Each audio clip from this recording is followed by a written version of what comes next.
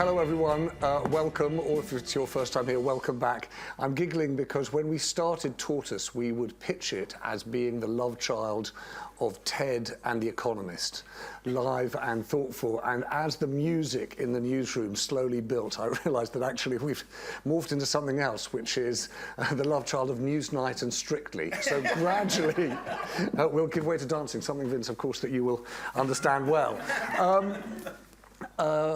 This evening, we are not for the first time trying to do more than we can in an hour, because we're gathering, trying to understand what next, what now for this new Prime Minister, what can we expect of her, and in our own small, cheeky but persistent way, what can she expect of us? You may have noticed, although we've done our best to disguise it, that Vince Cable has a book out called How to Be a Politician. The reason why it's fun is that it's so funny, and as I'm reading through it, there's a line that you may know, but I didn't, which was Reginald Maudling, Reginald Maudling left a note in 1964, Vince. Do you want to read what it said? Well, I think I can remember it. It's a follow-up to the Liam Byrne comment when we went into the coalition, there's no money left. And I think Maudling had done a sort of precursor of all this at the end of that Tory government, and he met his opposite number coming in the door and says, "Sorry, old cock, we've spent the lot." You know, and that... So, I don't know what Boris Johnson said in passing to Liz Truss, but something presumably along those lines. If you've not been to a Think-In before, the aim of it is to try and make sure that while we have a brilliant set of minds up here, we also feel that we have a brilliant set of minds out there. And we want to try and think through together what the next Prime Minister means, not just a classic sort of newsroom, what's in the in-tray, but try and think through what choices the Prime Minister faces. And we want to do that with the people here in the newsroom. Thank you for being with us, and also for all the people who are joining us online. We hope that one of the things that can last from the pandemic is the fact that we can hear from people who can be here in London, but people who can be joining us from all over the country, and as we once found in the middle of a Think-In on energy, from Saudi Arabia too. So please make sure that you weigh in. If you're watching online, just raise your digital hand or put something in the chat and I'll come do it. We've got with us this evening Vince Cable, Kate Fall, Archie Norman, and each in their own way could help us through more than an hour of conversation. Kate worked Chief of Staff to David Cameron and understood how you run Downing Street. Archie Norman, amongst many other things, as well as a big and distinguished career in retail, was the Chief Executive of the Conservative Party. And as you may have noticed, we at Tortoise have been engaged in the last few weeks in what you might call a meaty conversation with the Conservative Party about what we believe to be not just an undemocratic process for electing a Prime Minister, but from our point of view as a newsroom, an unlawful one in refusing to disclose who the electorate are and what's done to ensure that those people who say they're members, who say they can vote, are who they say they are. And Vince, of course, has worked with a fair few Prime Ministers, and I hope in the course of the conversation today can help us understand what it takes to be a politician now, what really the country is going to ask and expect of Liz Truss. But I'm going to start, if I might, with you, Kate, because I'm always intrigued by what happens after the kind of pro forma speech that promises prosperity and opportunity for all is over, and the new Prime Minister walks through the door. So can you tell us, I imagine you were on the other side of that door when David Cameron walked through, what happens, who meets her, what's on the list of things to do this afternoon and tomorrow? So the first thing that happens is you hope the policeman will open the door. And they normally don't let you down because they're sort of watching the whole front, and you come in. And of course, it's a very personal triumph for Prime Minister. You know, if you're a politician like Vince, you know, you might have dreamt of that moment your whole life, you know, secretly or not so secretly, and you're like, I did it. And then standing there in the hallway of number 10 is the cabinet secretary, the most senior official, as you all know, alongside probably the principal private secretary, who's sort of running number 10 alongside the chief of staff, and they are there to shake the Prime Minister's hands. And then the whole of number 10 are lined up along that corridor. If any of you have seen Love Actually, I'm sure you all have. It is literally just like that. And it's a very sort of emotional moment, but it's also a moment which I always feel for the officials there, because they've just clapped the last Prime Minister out. So they're literally going goodbye and hello, which is, I think, very difficult for them. Anyway, down the corridor you go. And the next thing, you know, is you're thinking, oh God, now I have to, you know, do the job. And the enormous sense of responsibility really does, you know, come down on you from the moment one, at least for us. That it was very late in the day when we went to number 10, because normally people resign so they get the picture and the nice sort of shot in the front door in daylight. But Gordon Brown decided he was actually going to go to the Queen quite late in the day. It was really night time when we got there. So we arrived in the Cabinet Office, and the first thing we did was worry about, everyone else was having a party up the road, and we were worrying, of course, about the government, you know, who's going to be in the government. And of course, as Vince will remember, we'd formed this coalition, and we already knew that a fifth of the government was going to go quite rightly to the Lib Dems. So, but that was also a fifth of our party who were going to not get the jobs they thought. So it's... And just explain to us, how does that work? I mean, so if anyone's worked in an organisation or a company, HR is tricky. There's no HR in politics. Well, I could see. Well, you can see that. We just had 2 months watching that happen. In this case, though, what happens? Where does the Prime Minister sit to have the conversations about appointments to Cabinet? Is there someone sitting with a whiteboard and sort of rubbing names out? How does the actual Cabinet process work? Peter Mandelson always tells this story about there's a big whiteboard with yellow sticky tabs. Yes. Yeah. And the sticky tabs, each one is a potential minister, and one of them, he says, one occasion dropped off and fell on the floor, so the minister never got appointed. It was Is that how it worked? Well, yeah, I mean, we had a plan, obviously, but what I was amazed about, I mean, very naively, was when I got into number 10, I realised that everyone else also had a plan, or thought they knew what our plan was. And I found my desk. I didn't even have a desk, and I sort of put my bag down. But George Osborne said, you know, power is proximity to power, so just be as near to David Cameron as you can. So I thought, well, that's going to be me, and I plonked my bag down outside the Prime Minister's den. And then the next thing I did was sort of look around a bit, and I found a room with this very whiteboard you're talking about, and it was full of our whole potential cabinet. And I sort of thought, well, that's rather cheeky, you know, they don't know. And there were names that fell off. In fact, I kept on coming back in and seeing people I was sure were supposed to be a Minister of State, and were having been demoted right down the system. So we did it all together in the end. And obviously in your first cabinet, the advantage that you've got is that you don't have to do the sackings. Exactly. Right? What does she have to do today? Does she have to do any of the sackings? How does that work? Well, we'd come, of course, from opposition, so in a way that's quite right. It was a sort of fresh start, and there were people who thought they were going to get that job, but it's not the same as actually taking people out. When we were up and running in government, we used to do those, you know, the sackings, as it were, the night before in the Prime Minister's office in Westminster, so it was less embarrassing and high profile for the people involved. But as you know, Theresa May famously let George Osborne sit upstairs in the flat in number 10, sort of waiting for his fate. Which, in retrospect, I think she could have maybe been more gracious in the way that she decided not to hire him. Yeah, that's right, 'cause she called him down and then told him to go out and learn something about the Conservative Party, if I understand it correctly. But is it the case, then, that every single person, essentially, they come in, let's say that Kwasi... Oh, by the way, somewhere, James Wilson is going to ring a bell if any news breaks, so we don't want you to be in a newsroom and think you've missed out.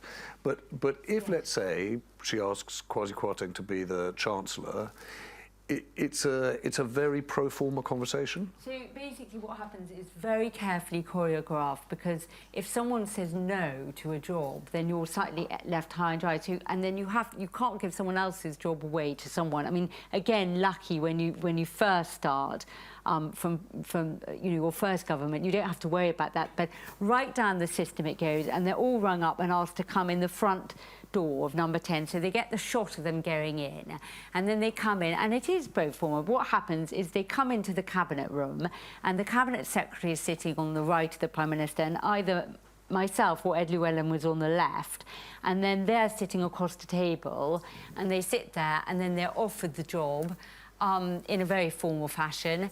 And then David Cameron used to say, here are the key things I want you to concentrate on. So not for a long time, but he would say, this is what I need you to do. And then they'd leave, and Sue Gray would be waiting outside, and she'd basically say, OK, tell me everything, because, of course, they'd never been a minister before. They needed to go through some of the propriety side, and then quite quickly they'd be walking back down the corridor, often quite sort of importantly, outside the door again, and then the press corps waiting outside would say, what job have you got? And Claire Perry, do you remember, she did this thing, meaning trains. Yeah. I mean, most people don't do that sort of thing. By the way, if you've not been to a thinking before, you should know this is the whole idea here is you're in our newsroom, you're like anyone else in the newsroom. If you've got something to say, if you've got a point of view, if you have a thought, please do interrupt. Just catch my eye, and we'll be keen to hear your thoughts. I'm going to do a sort of handbrake turn, Kate, for a moment, if I can, because I do want to just pause and spend a few minutes talking about how we got here. And for those of you who don't know, when we started reporting this leadership election, the person we most want to speak to was Archie Norman, because when we started reporting the election, we said, look, this seems like a mad way to run the choice of the Prime Minister of a G7 country. Let's just remember that a Prime Minister can initiate military action unconstrained by Parliament, appoints the Cabinet now unconstrained by Parliament, oversees most of the public appointments without reference to Parliament, and yet this Prime Minister has just been elected against the wishes, or contrary to the wishes, of the majority of her own MPs and by 81,000 members of the Conservative Party, who themselves are not really representative of most Conservative voters. It's a very, very unlikely way to choose a Prime Minister. And when we started looking at it and people said, well, it's entirely constitutional, that's the way we do things, actually it was people in the Conservative Party who said, no, it's not the way we've always done things.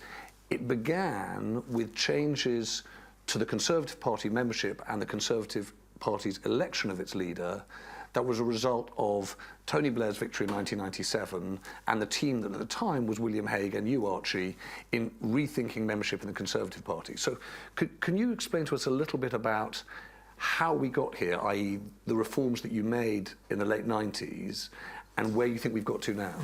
Yes, I will. Incidentally, it's not entirely clear that Liz Truss had won against the wishes of the Parliamentary Party. I mean, I rather understand that large numbers of the Parliamentary Party have decided they now wanted her to win after all.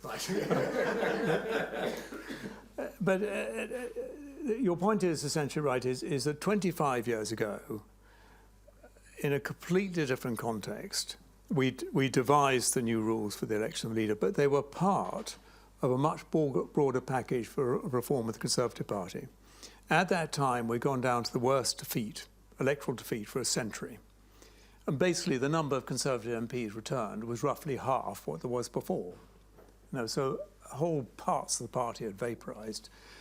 Remember, at that time, large numbers of members of the Conservative Party had no MP, so they had no representation in Parliament. So to them, the idea that the MPs should decide what happened next didn't seem right.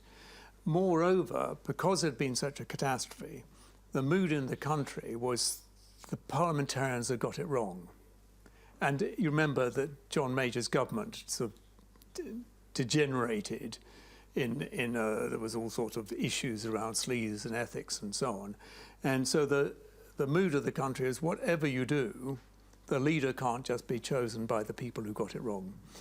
And I went to William early on and said, look, we shouldn't just see this as an issue of the leadership election. We should see it as an issue of the reform of the Conservative Party. Because incredibly at that time, the Conservative Party didn't exist as an entity. There was no constitution. The leader had no powers to intervene on issues of governance or ethics or behaviour whatsoever. The leader's office existed as a sort of separate entity floating in the ether. The treasurers funded the party, but it wasn't clear who was entitled to spend the money. More or less what happened was the leader of the day spent all the money he possibly could and left the party pretty much bankrupt for his successor, which is exactly what happened. So John Major's regime spent £34 million in the lead up to the 97 election, and when we took over there was nothing left. In fact, the auditors came to Cecil Parkinson, then chairman, and said, we think we're going to have to qualify the accounts. Which is where Michael Ashcroft came in, by the way, because he's the one to pin the whole thing. But there was no constitution of the party, there was no governance, there was no entity that could bring this together. The National Union represented the voluntary party, the volunteers. In those days, as we later discovered, there were a few more of them than there were today. And they had the power of candidate selection, and they had the power and deselection, and they ran the national conference and owned it. And they were not going to give up those powers unless they got something back. So there was a protracted negotiation between the 22, Archie Hamilton representing the parliamentarians, the 164 diminishing band, the National Union under Robin Hodgson, now Lord Hodgson, the leader, represented by William, and then it was actually George Osborne and writing his speeches, and then myself and Cecil Parkinson, who was sort of trying to intermediate between this whole thing. The House of Lords stepped in. They said, "Oh, we think we should have a vote say in this." So pops the Marquis of Cranbourne. The MEPs turn up and they said, "Oh, well, we're elected too. We think we should have a say." And the whole object was to try and to bring it together into a single constitution. And the price, in a sense, of agreeing that the National Union should pool their parties and we should all sign up to constitution and have a properly governed party, was that we should move to one member, one vote.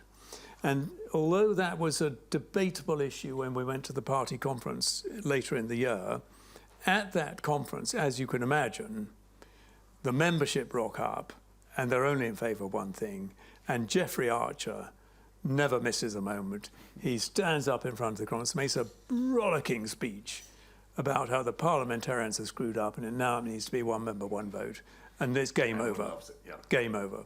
So that's what we did. But did you in all? I understand how you had to have handled these different constituencies, but did you ever envisage a time where the party would be in power, and in effect the members would be choosing a prime minister between general elections? No, we're not really. I mean, at the time, the idea of being in power seemed like and it was. I mean, it was 13 years away, so it seemed like an academic idea.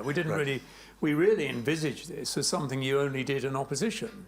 And after all, the idea of replacing a sitting prime minister, I mean, it happened. It hadn't happened for a long, long time. I don't know when it had happened. So, it wasn't thought. But more than that, the whole supposition of this is that we were going to then embark on a programme to reinvigorate the grassroots conservatism. So we didn't know until we had the vote. And we were told the 500,000 members. When the membership list came in, we said, if you're going to have a vote, you ought to send us your list. And we cleaned it up. We found that large numbers of them were no longer with us. There were large numbers of the party or not with the planet Earth? Departed this Earth. Right, okay. Gone to a better place. And others had not paid a subscription in years. Yeah. Others were joint subscriptions between husband and wife and only one subscription. So 500,000 turned into 320,000 from recollection. Now it's diminished to 100 and whatever it is, 80, you're trying to find out, 180,000. And the difficulty with that is that our belief was we were going to bring back grassroots conservatism, that the 320,000 would turn into 620,000. We'd attract some people more broadly representative of mainstream conservative opinion. That never happened. There was never an effort to do it either, by the way.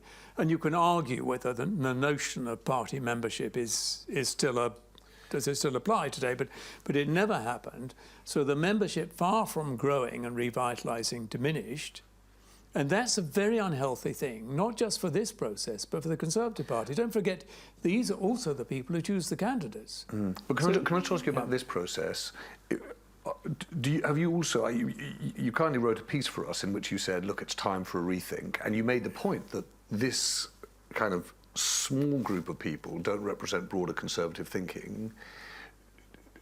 I mean, I'm pretty clear on what I think. I think this is not the way to choose a Prime Minister. Do you also think that where one member, one vote might be the right way to choose a leader when you're in opposition, it's not the right way to choose a Prime Minister? I think we should have said that there's a carve-out for a sitting Prime Minister for that circumstance, not something we envisaged at the time. I think that would have been sensible to think about. I also think that it should have been more explicit that this system depended upon generating a membership or an affiliation or an electorate which was some way representative of the member. And I do think it's a serious point that any political party that has no grassroots is in peril. Now, it's very unusual. Don't forget, even Macron's party in France has grassroots. The Republicans do, actually very vibrant. They may not like them, but they are. The Democrats do, and the grassroots do in the US. They do choose the candidates. They do go through the primary process. They do choose their candidate for president. So I don't think the idea of grassroots relevance is wrong, but it has to be taken seriously. And it's never happened here. Can I just one final thing? So Matt and I, in conversation about this, I think at the end of last week, Matt Dancona is an editor partner here. Matt said, I was saying, oh look, essentially the deal that William Hague and Archie Norman did back in the 90s was we need to put an organisation in place for the Conservative Party, and we need to get some real financial underpinnings, and we need to make sure that we get some of the money that's in safe seats and make it available for campaigning in marginal seats. And that might be a very crude version of what you just described, Archie. But Matt had a view which was also, it was about anchoring the sort of the politics of the party. And Matt, I just wondered whether you'd put to Archie the way you saw it. Yeah, I mean, it's not inconsistent with anything Archie said. But it's a very clear recollection I have of sitting with William and Seb and the late Gregor Mackay and Danny and George and others, you know, about what this meant politically. And one of the things that's easy to forget is that how dominated politics was at that time by not whether or not we were members of the EU, but whether we might join the euro. And the clear and present danger was Ken Clarke, because, you know, William, as we know, did very nearly resign over the Jeffrey Archer scandal, and that would have meant that there would have been a leadership contest, albeit in opposition. And so I remember very, very vividly discussions about, well, what does this mean? And one of the things that came up very clearly was we need to have some sort of system where it is very hard to elect a euro support, a single currency supporting leader, however appealing they might be to the wider electorate, because Blair is going to be in power for a while. He might sack Brown, and if that happens and there's a Tory leader who is pro Britain entering the euro, we're in. And indeed, Ken Clarke and Heseltine joined Charlie Kennedy and Blair at the launch of Britain in Europe in 1999, right? And so whilst absolutely everything you say, Archie, is, you know, fits with my recollection about the sort of the broad organisational, cultural kind of backdrop to the change, there was a fairly hardcore political dimension to it, which is that, you know, we want to save the pound. And the membership really wanted that, and it was something that united the membership at a time when they were very, very scratchy. I think you're right about the political mood today, and William would have taken that view. But that's not actually the way the deal came about. No, I'm not saying it's how the deal came about. I'm saying it was what was happening when, in the margins of the deal, shall we say. It was context of the deal. And William was actually very statesmanlike about it. He made his views clear, but he wasn't directly on the front line of negotiation. Now, it is true at the time he would have looked at the membership vote and said, that's okay because it anchors it in Conservative opinion, and he was a believer in that. And he said, and Conservative opinion actually is a bulwark against surrendering the pound, and etc. But he was right to think about, in terms of going back to the Euro thing, because when he resigned after the 2001 defeat, and there was a leadership election, Ken Clarke came top of the parliamentary rounds, and then lost heavily to That's correct. The great statesman Ian Duncan People Smith. say that. It's not entirely clear whether Ken would have won the parliamentary round. He did come top by some margin over Ian Duncan Smith. Of course, the real catastrophe was Michael Portillo came third. It was never meant to happen, but it did. But the point was the parliamentary party were clearly willing to accept Clarke, as William had feared they might.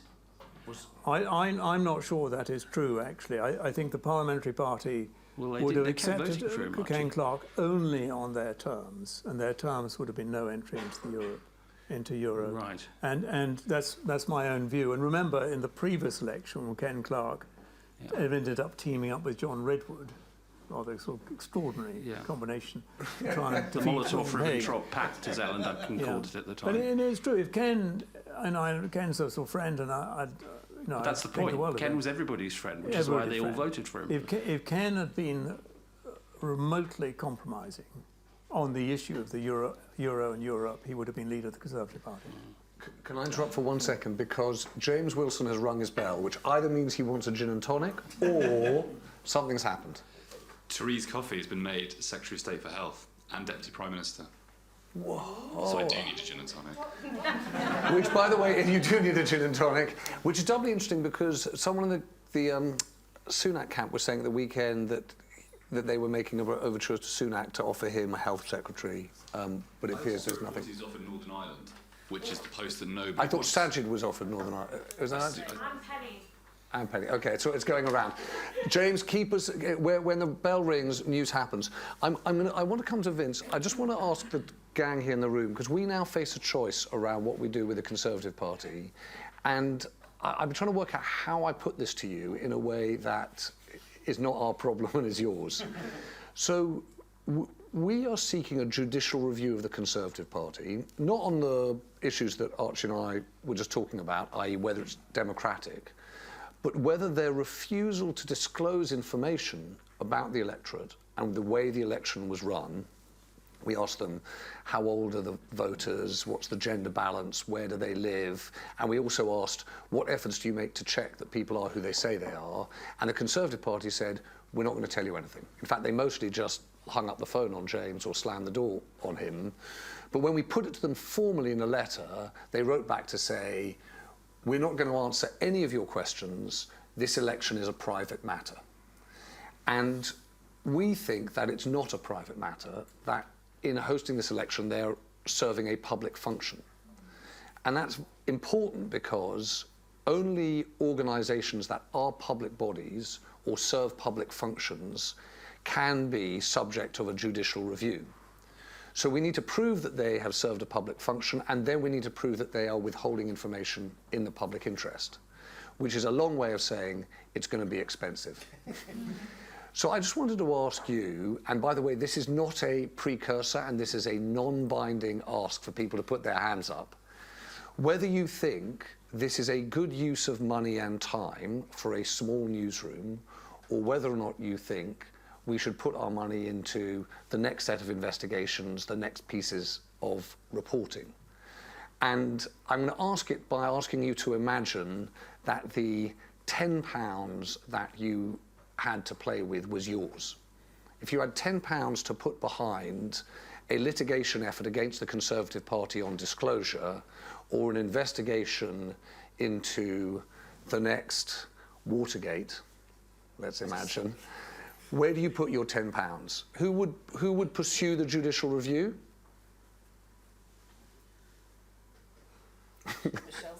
Who would, exactly, and who would pursue future investigations? 50-50. Vince, I'm in a different room. I think that was like 63-37. Yeah. But yes, it's evenly split.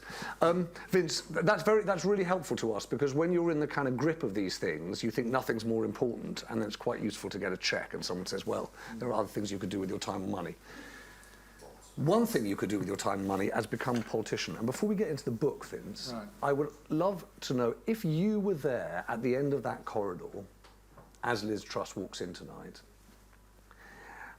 and she says, actually, can I just have 5 minutes with you, Vince, on how do I do this?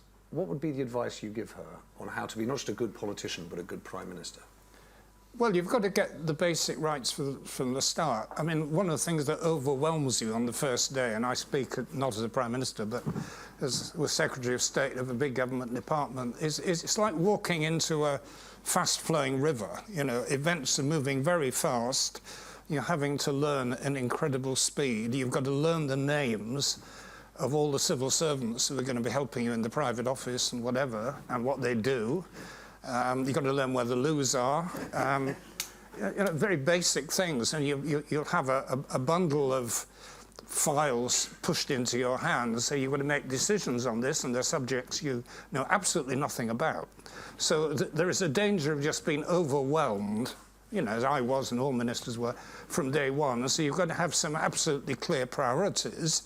And she's been setting them out today. I mean, the action on the energy crisis. It's also a question of having some absolutely key people in place, having the right private secretary, having the right special advisor. She's probably already organised that. And the right key ministers. You know, Therese Coffey's an interesting one. I mean, she's come from nowhere. I mean, when I was Secretary of State, she was the most junior PPS in the department. She was a very talented woman who had, I think, been rather overlooked. But, you know, but I think the key thing is speed, being overwhelmed. On just about the current context, if I might. There are two key points which contrast with the coalition when I came into government. I mean, the first is the political legitimacy, and it goes back to your discussion that you've just been having.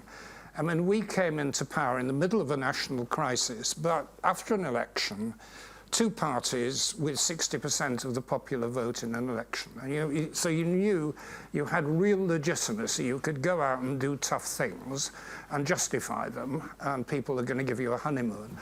I mean, Liz Truss, I think probably is a very able person. I'm not negative about her at all, but she's got no legitimacy at all. I mean, you know, having been chosen by a selectorate of under 1% of the public. I mean, quite apart from whether that's fair or unfair, it means she doesn't have the underpinning. I think it's the first thing. The second point, which is very similar to the coalition, is that we have a similar magnitude economic crisis. I mean, people are now talking up this enormous problem we have at the moment, but if you go back to 2010, in a way it was even bigger. You know, the financial system had collapsed, certainly in the UK, two of the biggest banks gone down, etc. You know, the world economy was tottering, thanks to Gordon Brown, Obama, the Chinese. It had been saved, but it was still tottering. And, you know, the British economy was in really desperate straits, the biggest deficit in the G7, worries about the bond markets, and the need for kind of drastic action. In that sense, there's a very strong similarity with the present. And there is an echo that I hear, actually, which is that one of the most important people in the country is a man called Macpherson. I don't know if you've ever heard of him, but he was Permanent Secretary to the Treasury. And you can hear his voice in Mr. Rishi Sunak's speeches, actually. the terrible problems of government debt and the next generation and the bond markets and so on. He gave exactly the same speech when we came into government, and George Osborne was the Chancellor, and we did buy it, I think with some regret on my part. He also gave the same speech to Gordon Brown when debt was only 40% of GDP, which is why the Labour government got into PFI and such things. So you have this voice of Treasury orthodoxy in the background urging extreme caution about government economic activity. I think one of the positive things about Liz Truss so far, there are quite a lot of negatives from my point of view, but one of the positive things, she seems willing to take that on and take a punt with accepting that there's going to have to be very heavy government borrowing in the short run. There is no alternative, and we've got to live with it, and if debt goes over 100% of GDP, so with it. I think the long-term consequences of that, a year or so, 2 years' time, when all this supply-side revolution doesn't materialise, is we're going into an environment in which, we're going to have higher taxation. Not lower taxes, higher taxes, because borrowing is deferred taxation by definition.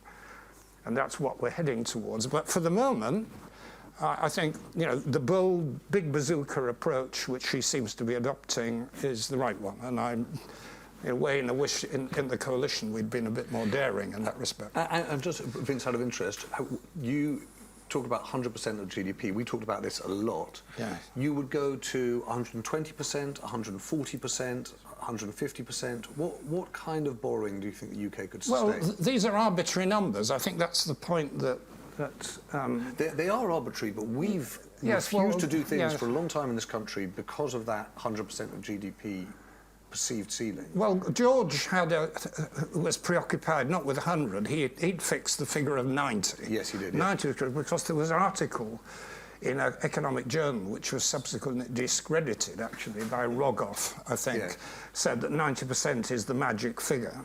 Now it's 100. Well, the United States is 140, I think. They can borrow in their own currency. You say, well, OK, it's different.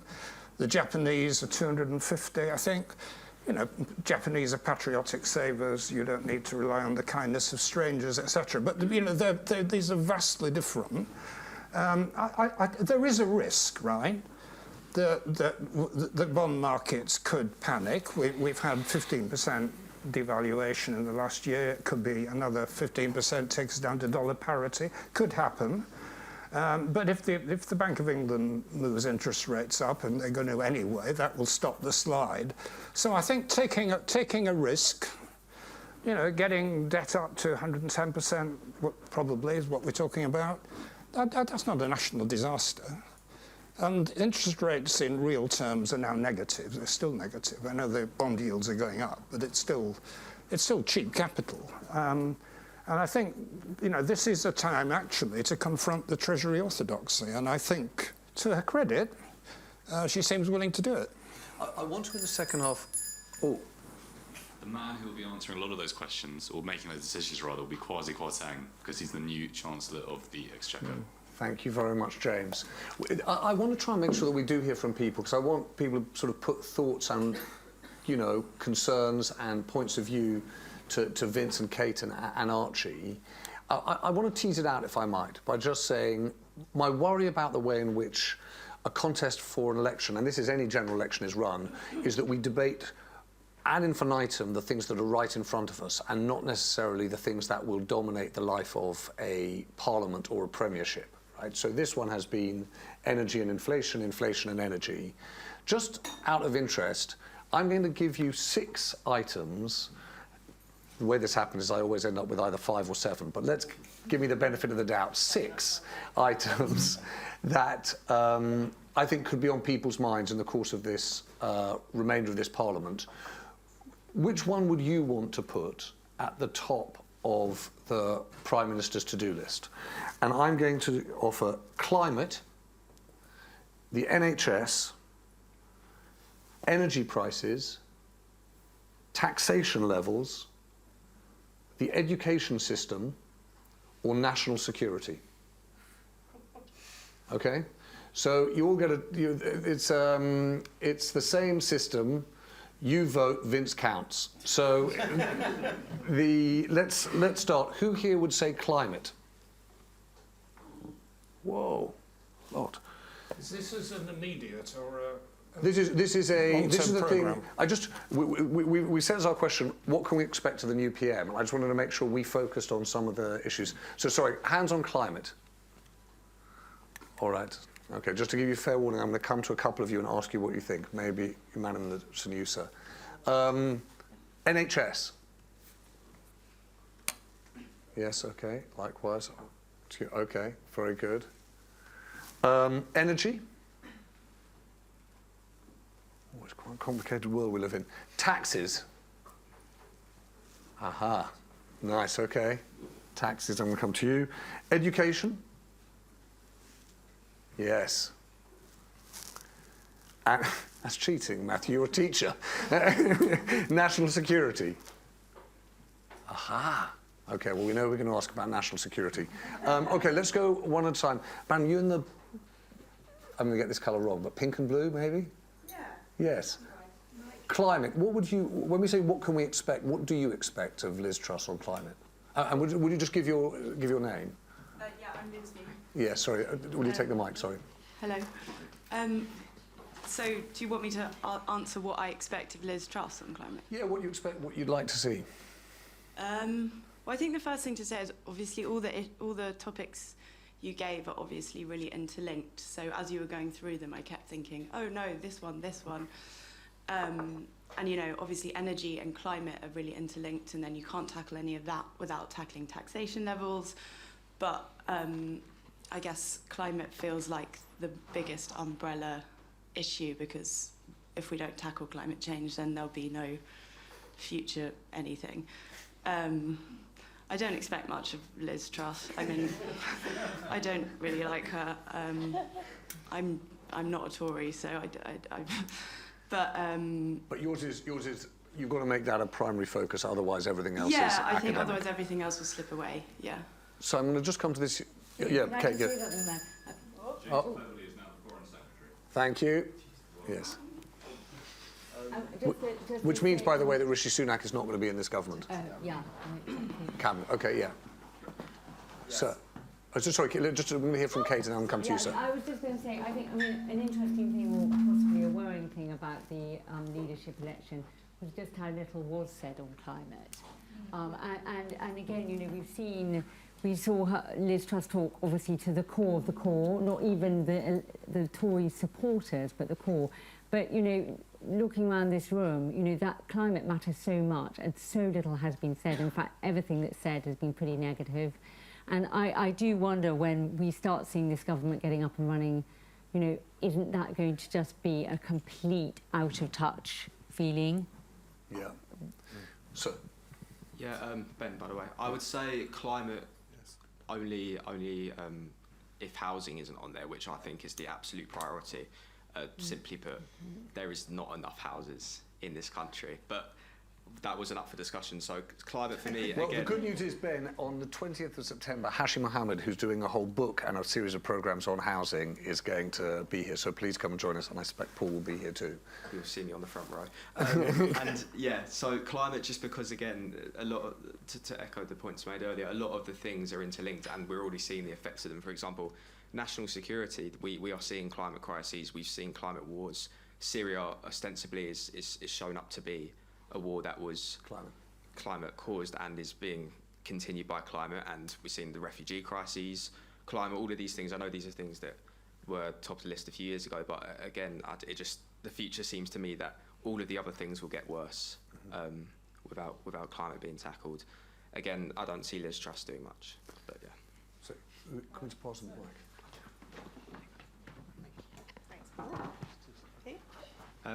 Pete Flynn, the question is, what can we expect? And so our interest in here on climate is, she's flown that kite, to your point, with the Green Levy already, and there wasn't big pushback, and so I think climate will be low down. Taxation has been almost a wedge issue between the two candidates. So there will be interest in seeing what her position is on that. And then, of course, the energy crisis is a massive wedge issue if it's not tackled almost immediately. So I think in terms of the near term, what we can expect are those things. But then in the longer term, I think she has got some real problems. You know, we have either populism or pragmatism for her to deal with and either make right or continue. There's also her dogma against what she could potentially do as well in terms of real change and positive outcome for the country. However, she's still got things like, you know, the ERG are within the Conservative Party, and they're always going to pull. You know, it's gravitational at the moment for that party. So she's got all of those things to deal with, let alone the 6 you've named there. I have no question for the panel other than those observations. Pete, I'm going to just ask Archie and Vince, though, just to reflect on what you said there, because the implications are that, if you like, Rishi Sunak chose taxation over debt. The implication of what Vince said and what you just said is that this Conservative government under Liz Truss will choose debt over taxation. That the Conservative Party will become a party of much higher borrowing if it's going to do anything to reduce the tax level. And I just wonder, Archie, what you think that will mean for the relationship with a certain group of voters who always worry about the prudence and the economic management. Where do you lose voters by increasing borrowing? Vince describes, I mean, voters don't really know whether borrowing is 80, 90 or 110%. Yeah. They're not accountants, they're not economists, they don't really know that what they know is whether interest rates go up and what happens to their taxes. So I don't think it's going to be like a politicised issue as such. No, I can say, look, let's say this, the thing about Liz Truss is that she is, to my eye, a politician who's still finding herself, or has perhaps found herself through this process. I mean, not very much is known about her amongst the electorate. So she's going to be defined in the electorate's eye by what happens the next 2 or 3 months. Even when David Cameron came to power, the country sort of knew who he was. Maybe not completely, but they had a picture of him. Certainly Tony Blair, certainly Gordon Brown, Boris Johnson, but they don't really. So the next 3 months is going to be absolutely imprinting. The idea of this Prime Minister could be formed by what happens now, particularly against the context of this national economic crisis that we have. And she'll be defined by what happens, the announcements the next few weeks, and the appointments she makes over the next two or 3 days. Vince, what do you think? Well, can I just go back to the theme of the question, this environmental thing, because there's a quick test of which way the government's going to go, is whether they lift, first of all, the ban on fracking, which a lot of people on the right of the Tory party are agitating for, or whether they lift the ban on onshore wind, which would show that they're serious about climate. Which happens first will be quite an important metric to see where they're going. And I would think that if she does the populist thing, which is lifting the fracking ban, she will soon be in trouble with Boris Johnson, because I think it was actually something he cared about, genuinely. COP26 was part of his legacy. And I think he'll begin to get some quite aggressive backseat driving developing if he goes the wrong way, if Truss's administration goes the wrong way on the climate issues. I just want to take a few more views. Oh, hang on, news. Sorry?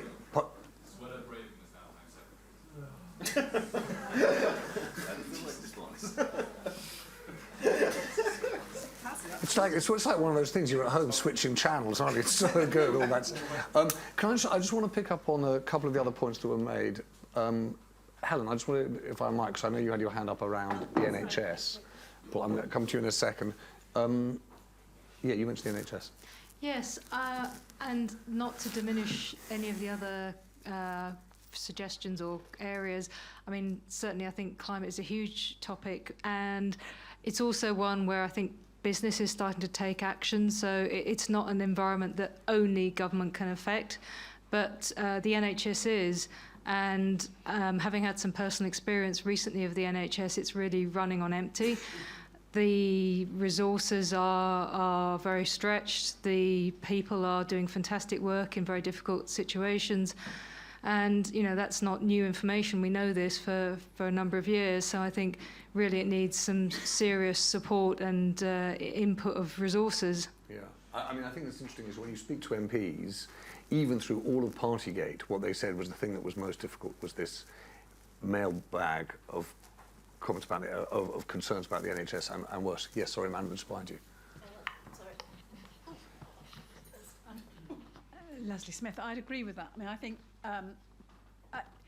you split things into big things that are big long-term problems, and I think climate is obviously huge, huge, huge, and terribly linked to national security.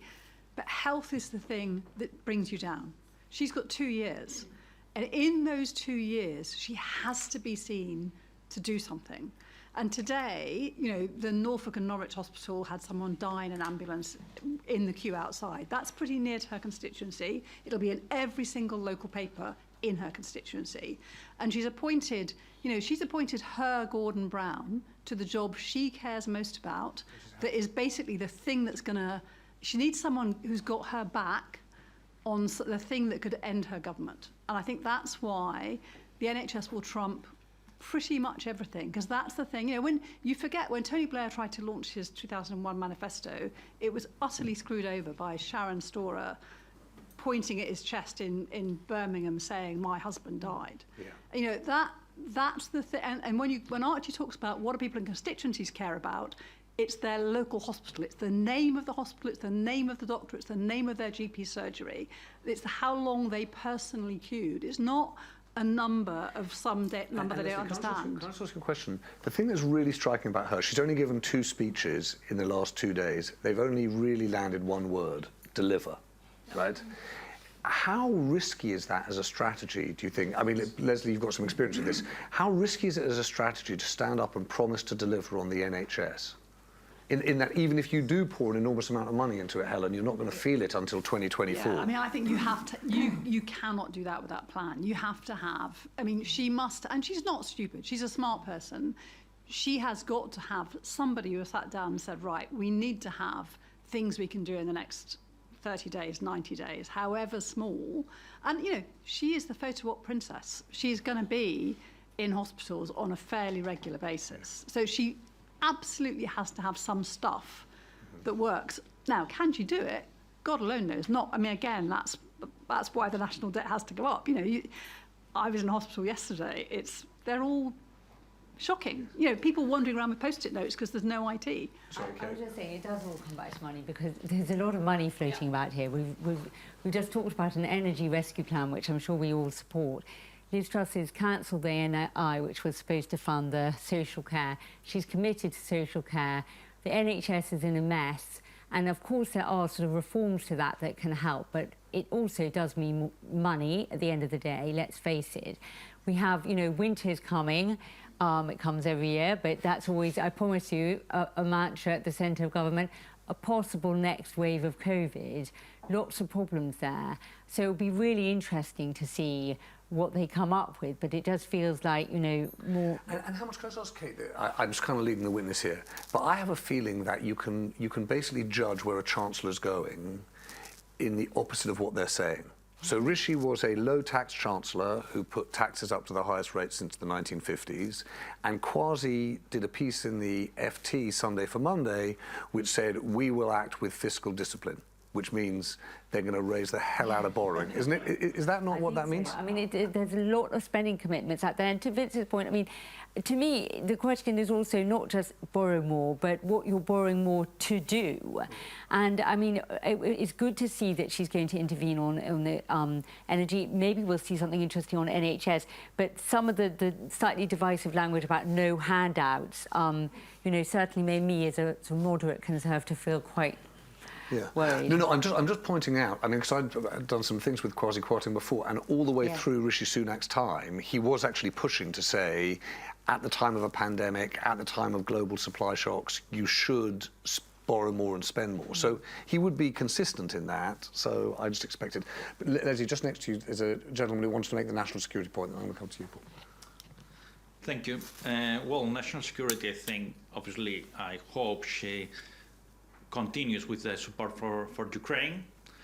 And but there are also a number of other issues. The thing is that, for instance, the fact that she said that she doesn't know if Macron is a friend or a foe, I think that probably should in itself merit a pile of 1922 letters immediately.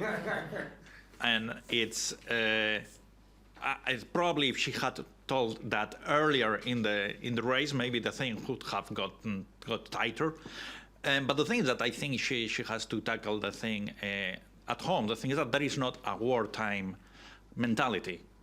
I think that if her priorities in foreign policy is triggering Article 16, the thing is that you don't want to know where your enemies are. Yeah. And the thing is that obviously they walk among us. Yeah. Like the thing is that, okay, she's willing to like do the tough things, like for instance, triggering the Title Deprivation Act against Lord Lebedev, blocking in case Boris Johnson wants to appoint Lubov Chernuk into the House of Lords. Would she be willing to block that? Is she willing to go against all the enablers, bankers, lawyers, real estate agents that have been lining their pockets for 30 years with Russian embezzled money? The thing is that all those are the questions. The thing is that there is not a wartime mentality. And basically her own wanderings on the jury's out on Macron, that seems that she doesn't really have it. Thank you. Paul, I'm going to give you the last word, and I'm going to come back to Archie, Kate and Vince. Thanks. Obviously my two issues are going to be housing and welfare. And what I expect from Liz is, as we've already heard, she's got an attitude where she perceives everything as a handout. There's already been attacks on welfare in various guises, kind of going,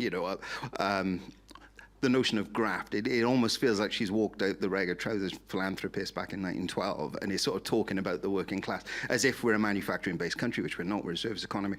As if, so the focus is on economics and the economy rather than actually the health and the welfare of the citizens, because if they're all experiencing homelessness, they're all sick, nobody's going to be working. So the focus should really be there, but it's not going to be. Paul, thank you. I know there were other voices, but I want to just come back and just give the last word, if I might, to Vince and Archie and Kate. Just to answer the question directly, Vince, what do you expect of Liz Truss? Well, I would be very surprised if she's able to succeed, given the weakness of the mandate and the magnitude of the problem. It's not a criticism of her. It's just a phenomenally difficult task. But, in the national interest, we hope she does. But I think there is a logic coming out of the interventions. In the short run, we're going to see massive borrowing to deal with the energy price crisis. That's clear. But next year, there will be a very painful set of choices because, as we've heard, key problems in the health service, the education system, lack of spending on defence, lots of other things, enormous demands to increase public spending for good reason. We've got understaffed public services, clamours for higher pay, nurses going to go on strike, there's going to have to be a big increase in public sector pay that will have to be paid for. So, spring next year, we're going to be, looking at an environment where the government's commitments are mounting and large, interest rate on debt is going to have to be serviced. The logic is clear. We are going to be faced with having significantly higher levels of taxation, which is, of course, the one thing she's been campaigning against. And we're going to have to confront the reality that Britain is not a high-tax country. It's absolute nonsense. I mean, compared with France or Germany or Scandinavia, we're a low-tax country, but we're trying to maintain European standards of services with American levels of tax. It's absolute nonsense. So either she will have to do a screeching U-turn, which she's capable of doing. She's done this before on Europe and other things, and to her credit, or else there will be a change of government that will do it, one or the other. But this, this utopia of a kind of low-tax Britain, I mean, that's the one thing that will not happen.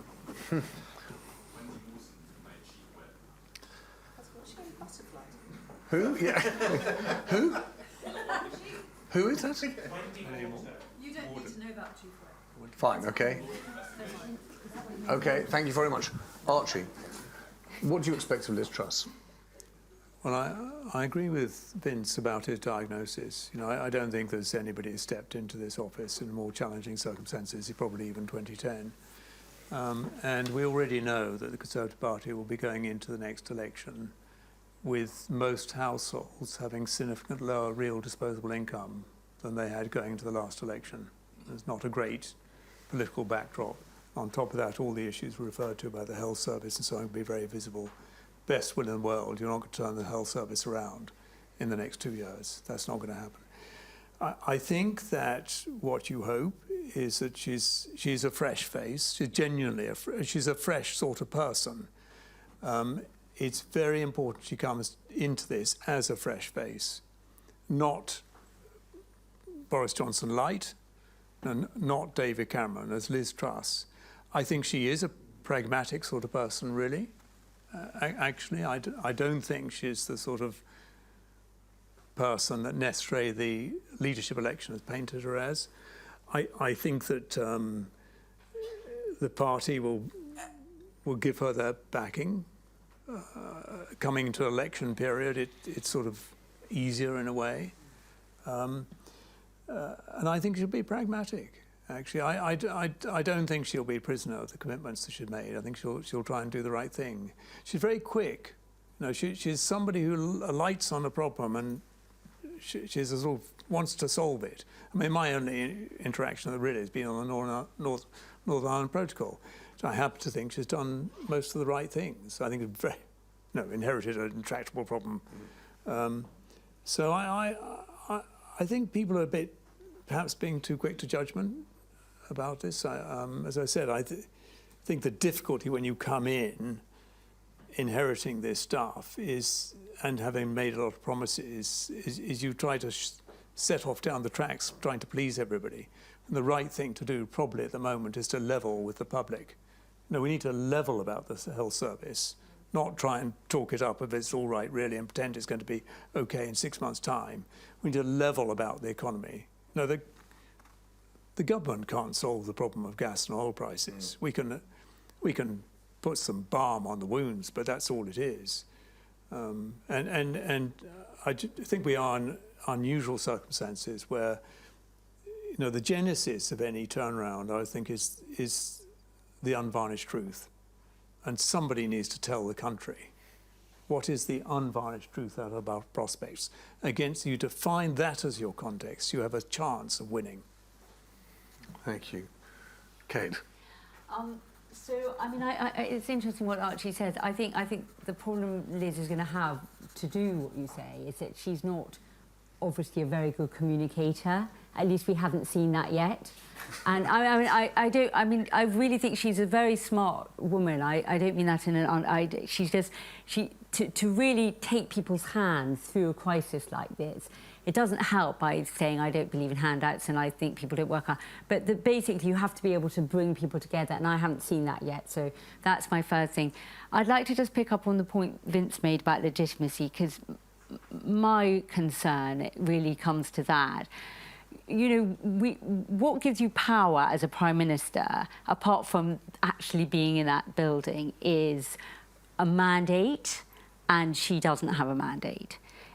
It comes from the support of your colleagues in Parliament, and she only sort of has that support. Even the party, if you think about the 66% or even the 67% of David Cameron in that last election, it's not resounding. And then my experience of being a number 10 was two other things give you real power as a Prime Minister. The sense that you might still be Prime Minister at some point in the future. So sort of the polls, and I don't mean it in a silly way because polls do go up and down, but if you go to a G7 or G20 with a Prime Minister, they stand tall if it looks like they're still going to be there. So that is very powerful. And finally, of course, the economy. The sense that your country is strong and it's standing on its own 2 feet. Now, if you take all those four things, that looks very difficult for Liz, even if she gets a poll bounce to begin with.